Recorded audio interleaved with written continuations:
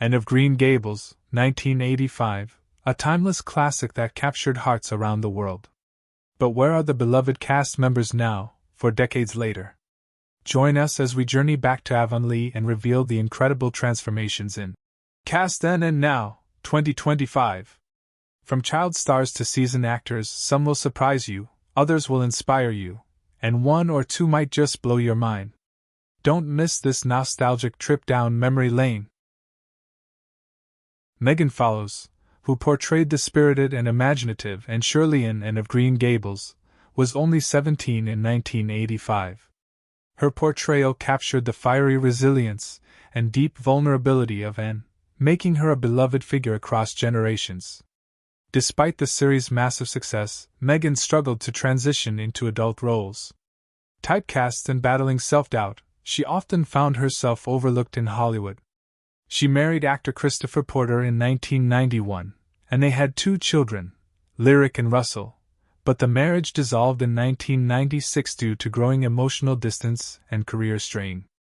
Megan never remarried, and her relationships afterward were marked by instability and betrayal.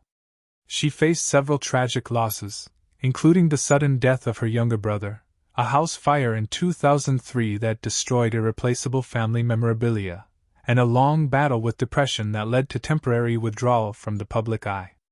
Financial mismanagement by her agent also cost her a large portion of her earnings. Now 57, she lives alone in a modest Toronto apartment, far removed from the limelight. Despite her reduced fame, she occasionally directs theater productions. Her net worth is estimated at $300,000, most of which comes from royalties and small stage work. Megan remains a symbol of lost potential and the heavy cost of early stardom. Colleen Dewars, who portrayed the stern yet loving Marilla Cuthbert, was 61 years old in 1985. Her performance brought a deep maternal gravitas to the role, embodying the reluctant guardian whose heart slowly melted for the orphaned Anne.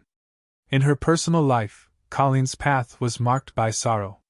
She married actor George C.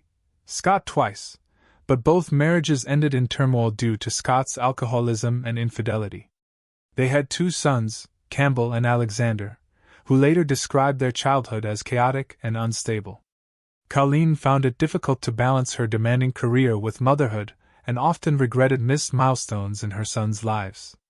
After End of Green Gables, she faced serious health issues, including recurring throat cancer that silenced her powerful voice. She became increasingly reclusive and struggled with loneliness, especially after the estrangement from her youngest son. Financially strained by medical bills and poor investment choices, she sold off much of her art collection and property. She passed away on August 22, 1991, at the age of 67 from cervical cancer. Her estate was valued at just under $250,000. Though she died with modest means, her legacy as Marilla remains one of enduring strength and quiet tragedy. Richard Farnsworth, who played the gentle and soft-spoken Matthew Cuthbert, was 65 in 1985. His performance was widely acclaimed for its emotional subtlety and warmth.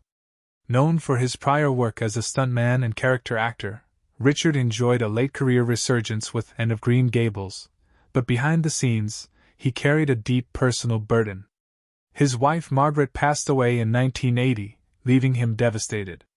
He never remarried and spent much of his remaining years in isolation, coping with chronic pain from old injuries sustained during his stunt work. His son, Diamond, a fellow stuntman, was often away, and their relationship grew distant. As he aged, Richard developed terminal bone cancer, which caused intense suffering and left him wheelchair-bound. Unwilling to endure further deterioration, he tragically ended his life on October 6, 2000, at the age of 80. His death shocked fans and underscored the private pain he carried.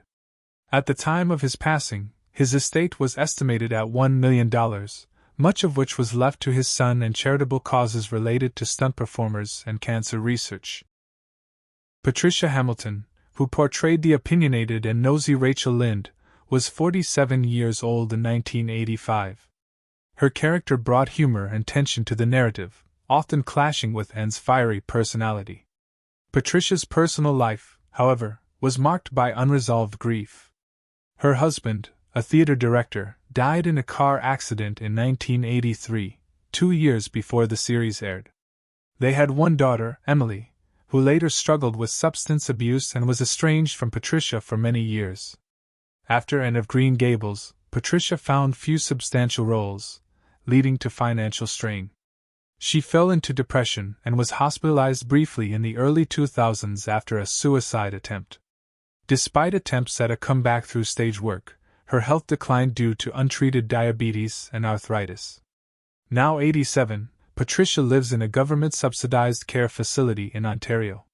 Her assets have dwindled over the years, and her current net worth is estimated to be under $100,000. While she occasionally receives fan letters, she remains largely forgotten by the industry she once loved, her legacy overshadowed by the personal toll of loss and obscurity. Marilyn Lightstone, who portrayed the progressive and inspiring Miss Muriel Stacy, was 45 years old in 1985. Her character stood out as a rare feminist figure of the era, encouraging Anne and the other girls to pursue knowledge and independence. In real life, Marilyn struggled with being typecast after the show. Though she was admired in Canadian artistic circles, she never found consistent work in television again. She had a long-term relationship with a composer, Alan, but the couple never married, and their relationship ended bitterly after 18 years due to infidelity.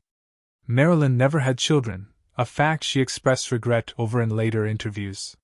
She lived with her aging mother until her passing in 1998, after which Marilyn faced intense loneliness and a brief hospitalization due to anxiety and panic attacks. Financially, she made several poor real estate investments, leading to mounting debt in the early 2000s. Though she found some solace in painting and narration work, she gradually withdrew from the public eye. Now 85, she lives quietly in a small rented condo in Montreal, supported in part by a modest pension and audiobook royalties. Her net worth is estimated at just $75,000, a far cry from the promise of her early career. Jonathan Crombie, who played the charming and scholarly Gilbert Blythe, was just 19 years old when he took on the role that would define his career. Gilbert's boyish rivalry and eventual romance with Anne made Crombie an instant heartthrob. Yet fame came at a cost. Struggling with anxiety and self-doubt, Jonathan never managed to escape Gilbert's shadow. Though he continued acting in theater and voice work, most notably as a voice actor in The Secret World of O.G., he remained underpaid and largely unknown outside and fans. He never married, and his sexuality remained a topic of speculation, though close friends confirmed he lived a closeted life, fearing rejection in the conservative circles he worked in. He battled depression and turned to alcohol in his 30s, leading to several stints in rehab.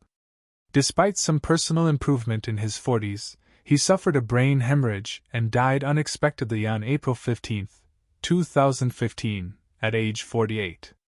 His passing shocked fans and colleagues alike. At the time of his death, his estate was valued at just under $400,000, with most of it left to a longtime friend. He is remembered as a gentle soul who bore the weight of expectations too large to carry. Jackie Burroughs, who portrayed the harsh and judgmental Mrs. Amelia Evans, was 46 years old in 1985. Known for her fierce expressions and no-nonsense delivery, her role brought a touch of realism and social tension to the romanticized setting of Avonlea. Off-screen, Jackie's life was turbulent. She endured a brief, toxic marriage to British director John Boyd, which ended in a bitter divorce in 1979. They had one son, Nicholas, who was diagnosed with schizophrenia at age 18. Jackie spent years trying to balance her career and caregiving duties, often sacrificing roles to stay by his side. She battled her own mental health issues and developed a dependency on sleeping pills during the late 1990s. Although she found acclaim in Canadian theatre, she was never able to gain the same recognition in the U.S. Diagnosed with stomach cancer in 2009, she passed away on September 22, 2010, at age 71. Her funeral was modest, attended mostly by local artists and family. Her net worth at the time of her death was estimated at $200,000, much of it spent on her son's medical care. Jackie's legacy endures in Canadian dramatic arts, though much of her pain remained private. Joachim Hansen, who played the stern and quiet John Sadler, was 54 years old in 1985. His role, though small, brought a grounded presence to the rural world of Green Gables. Originally a well-respected German actor, Joachim relocated to Canada in the late 1970s seeking a fresh start after a series of failed ventures in Berlin's theater scene. He married a much younger opera singer, Claudia Meinhardt, in 1987, but their marriage dissolved in 1992 following allegations of emotional abuse and infidelity. They had 2 children, Lucas and Greta, both of whom became estranged from him during their teenage years. Hansen struggled with alcohol dependence, particularly after a 1994 car accident that left him partially disabled. This further isolated him, as he became unable to work and was quietly removed from agency rosters. In the 2000s, he filed for bankruptcy after losing his inheritance in a failed vineyard investment. Now 94, Joachim lives in a state-run elderly care facility in Hamburg, with no contact from his family. His net worth is estimated at less than $10,000, and he survives primarily on government aid and a small pension from German film royalties. Christiane Kruger, who played the kind and composed Mrs. Allen, was 39 years old in 1985. Her character brought a nurturing grace and spiritual warmth to the series, serving as one of the few adult figures Anne could truly confide in. Off-screen, Christiane, daughter of German actor Hardy Kruger, carried the weight of her family's legacy, which often overshadowed her own ambitions. After Anne of Green Gables, her international career stalled, and she returned to Germany where she appeared sporadically in TV dramas but never regained her former momentum. She married a Swiss art dealer, Henrik Baumann, in 1989, and they had 1 son, Elias. The marriage fell apart after Henrik was implicated in a multi-million-dollar art fraud scandal in 2004. Christiane lost much of her savings trying to pay off legal fees and keep her son's name out of the press.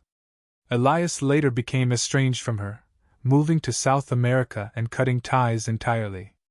Christiane suffered a nervous breakdown in 2010 and spent nearly a year in psychiatric care. Now 79, she lives a secluded life in a small village near Lake Constance, her fortune reduced to an estimated $50,000. She no longer gives interviews and rarely appears in public, a recluse haunted by love, scandal, and faded fame. Cedric Smith, who portrayed the morally grounded and soft-spoken Reverend Allen, was 42 years old in 1985. His character provided a calm and stabilizing presence amidst the emotional upheavals of the series. Off-camera, Cedric was a talented musician as well as an actor, but his dual passions often left him feeling torn. He married fellow performer Catherine Bryden in 1984, but their union was plagued by jealousy and competition. They had 3 children, Isla, Marcus, and Dean, but the couple divorced in 1997 after a bitter custody battle. The children, caught in the crossfire, eventually moved in with their mother, leaving Cedric deeply depressed. In the early 2000s, he tried to revive his music career, only to suffer vocal damage that ended those ambitions. He also lost a significant portion of his savings in a fraudulent business deal involving a failed theater venture. Cedric now lives a modest life in a senior cooperative housing complex in Ontario. Though still occasionally seen at local literary readings, he has largely stepped away from public life. At 82, his net worth is estimated at $100,000, and he survives mostly on royalties and a small pension. The preacher's voice that once uplifted now lives in quiet resignation. Miranda de Pensier, who played the snobbish and antagonistic Josie Pye, was 17 in 1985. Her character was the perfect foil to Anne, arrogant, vain, and class-conscious.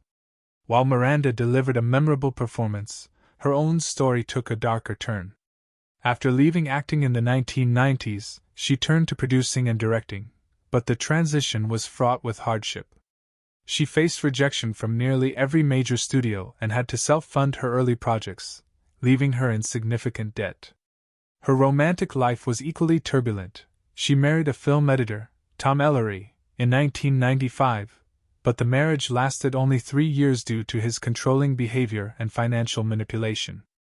They had one daughter, Zoe, who later developed an eating disorder and struggled with substance abuse. Miranda devoted much of her energy to caring for Zoe, sacrificing her own career. Though she had a brief breakthrough with an indie film in 2015, it wasn't enough to restore her stability. Now 57, she lives in a rented apartment in Vancouver and occasionally lectures at film schools. Her current net worth is estimated at $70,000.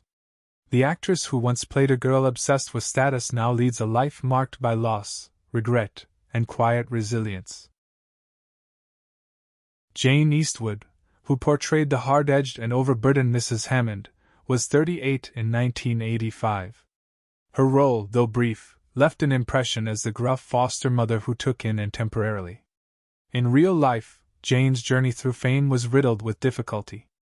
She married comedian Mike Hatcher in 1978, and they had 2 sons, but the marriage ended in 1991 after years of emotional neglect and Mike's infidelity. She remained a devoted mother, but both her sons battled depression, and one, Cameron, was institutionalized after a suicide attempt. Jane's career was steady but low profile, with countless minor TV roles that paid little and earned even less recognition. In the late 2000s, she underwent major back surgery that left her immobile for months, draining her savings and leading to foreclosure on her home. Despite these hardships, Jane never lost her comedic edge, using humor to cope even in the darkest times. Now 78, she lives in subsidized senior housing in Toronto, and still performs occasionally at local improv nights. Her net worth is estimated at $40,000. She remains beloved by fellow actors, even if forgotten by the public, her laughter echoing through years of quiet suffering. Dawn Greenhalgh, who played the kind-hearted and discerning Mrs. Cadbury, was 54 years old in 1985. Her portrayal of the matron at the orphanage where Anne stayed briefly was gentle and sincere, offering a rare moment of compassion in Anne's difficult early life. Off-screen, Dawn had a reputation for grace and professionalism, but her personal journey was anything but smooth. She married author Michael Stratford in 1960, and the couple had 4 children, including actress Megan Follows. Their marriage deteriorated slowly, strained by Dawn's long absences due to work and Michael's battle with alcoholism. They divorced in 1982, and though Dawn was close to her children, she lived with the guilt of not being more present in their lives.